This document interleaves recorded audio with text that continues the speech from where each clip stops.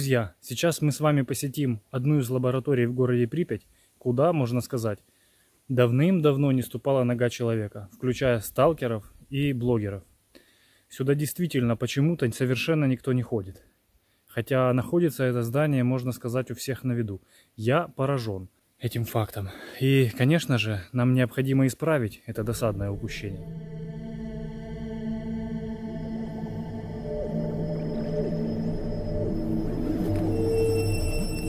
Ребята, это здание, меня всегда интересовало, что это за здание. Оно недалеко от пожарки. Никто никогда сюда не ходит. Вот, отдел лабораторных методов исследования.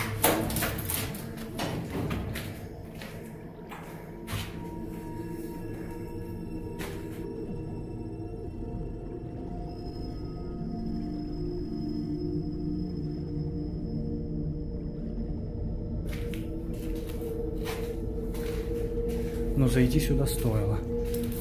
Техническое оборудование. Никакого технического оборудования даже намека нет. Ух ты! Что это такое вообще?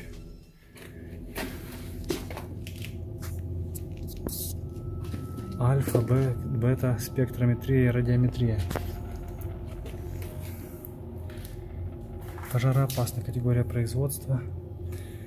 Короче, я так понимаю, это земля, возможно.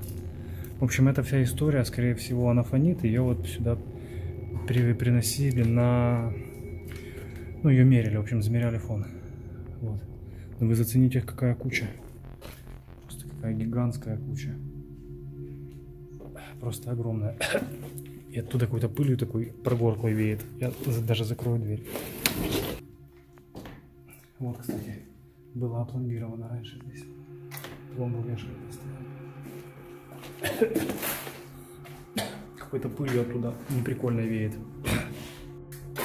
Здесь однозначно были лаборатории, вот за моей спиной. Ящики. И туда помещались радиоактивные материалы. Я думаю, об этом несложно догадаться, учитывая, что значки нарисованы.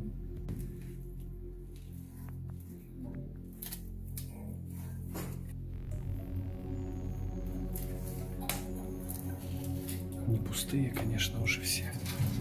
Заметьте, были на ключиках они. Но не все, кстати. Вот два были на ключах, остальные нет.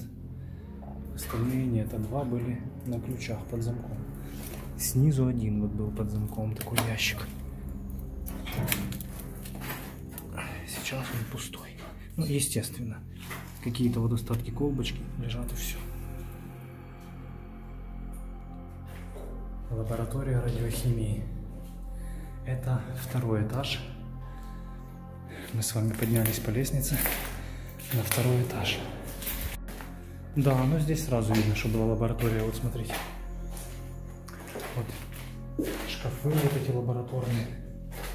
Подобные шкафы, только в ужасающем состоянии, я находил в подвале завода Юпитер. Кстати, если это видео не смотрели, обязательно посмотрите. Постараюсь не забыть и оставить ссылку в описании под видео. Шкафы, заметьте, стекла целые. Стекла целые, вот еще шкафы. Обалдеть вообще. Банки. Каких-то реагентов, вот реохим. А, ацетон. Здесь был ацетон.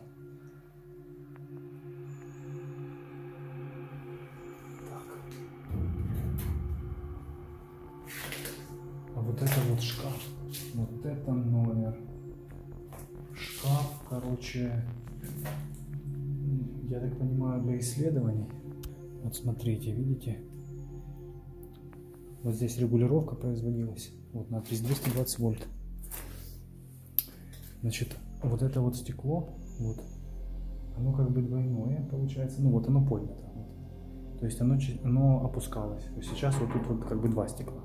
То есть одно из них опускалось. Вот. Стекла по бокам также целые. Вот одно, вот второе. То есть вот этот шкаф вообще в очень хорошем состоянии. Ну, относительно, конечно, учитывая, сколько ему лет вообще здесь он стоит. Вот такие вот еще есть. Я даже затрудняюсь, как их назвать. Я вообще сложно мне представить, что это. Я как бы не химик. В общем, если знаете что-то, напишите в комментариях. Я думаю, всем будет очень интересно.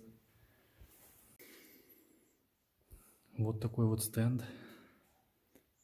Не совсем понятно мне его назначение.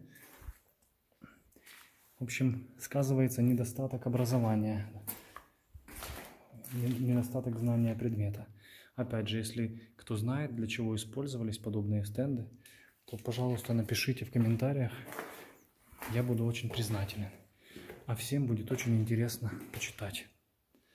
Вот еще, кстати, вот такой вот бокс, какой мы видели в комнате по соседству. Вот, но здесь стекло опущено. Вот. То есть и получается здесь такой вот зазор.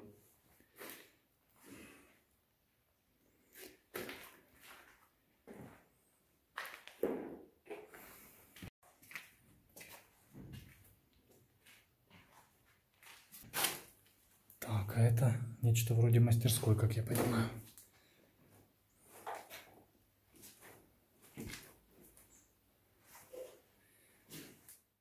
Такая вот интересная вылазка состоялась у нас с вами.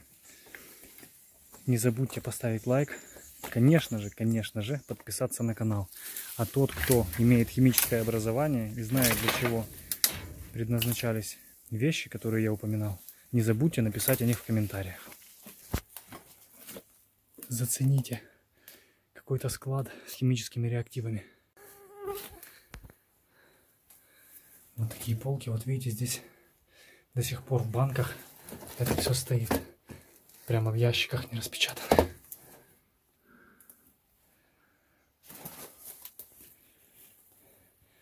Вот это вот не совсем понятно, что это было в таком железном кейсе металлическом.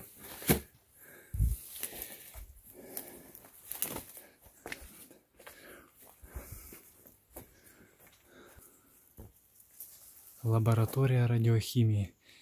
Я так понимаю, это было одно из подразделений СП-комплекс. И здесь они тоже делали свои опыты уже после взрыва, собственно. Даже, наверное, через несколько лет после.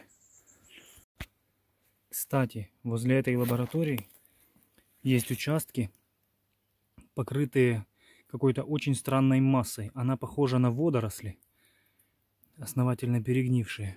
Вот, видите? Это не мох. Это совершенно не мох. И это никакие не экскременты. Это реально какие-то как водоросли. Но чтобы вы понимали, на улице плюс 35. Лето. Это бетон. Какие здесь могут быть водоросли? До ближайшего водоема километров, наверное, 4. Может быть 3. Это я к тому, что для водорослей здесь, как бы это вообще не среда обитания водорослей. Вот, например, на одни я случайно наступил. Я думаю, что наличие здесь водорослей можно отнести к опытам, которые проводили в данной лаборатории. Ну и, собственно, я такого просто больше нигде не видел. Я думаю, что это последствия, слива каких-то химических отходов. Вот. И вот они образовали, мне кажется, что это мох. Вот видите, тут же сразу и мох. Мне кажется, что это мох под воздействием этих химических отходов. Он как-то преобразовался, как-то мутировал, что ли. Вот в такие вот непонятные субстанции. И они, стали жить и захватывать здесь территории за столько лет.